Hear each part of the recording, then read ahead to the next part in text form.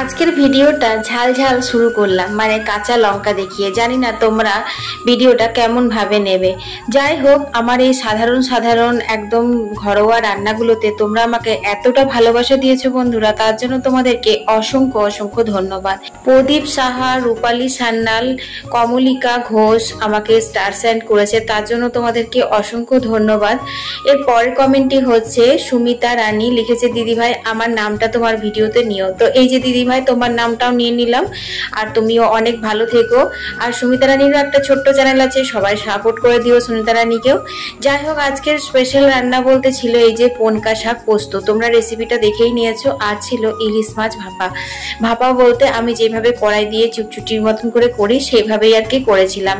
তারপর আজকে উঠেছে ভাদুরে রোদ, বুঝলে, এত পরিমাণে রোদ উঠেছে যে কি বলবো। তাই মাথায় একটা গামছা দিয়ে কলের জলগুলো এখন ভরে নিচ্ছি। রোদে গা যেন একবারে পুড়ে যাচ্ছে।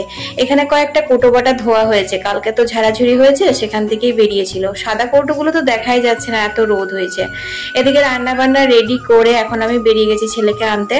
তো দেখো, এখন আমি বুবলাকে নিয়ে আসছি, এখন বাজে 1টা। আর এসে পরে এখন খাওয়া দাওয়া হবে। যাই হোক, তোমাদের মিনি ব্লগটা কেমন লাগলো কমেন্টে জানিও। ভালো লাগলে লাইক শেয়ার করতে একদম ভুলো না। টাটা।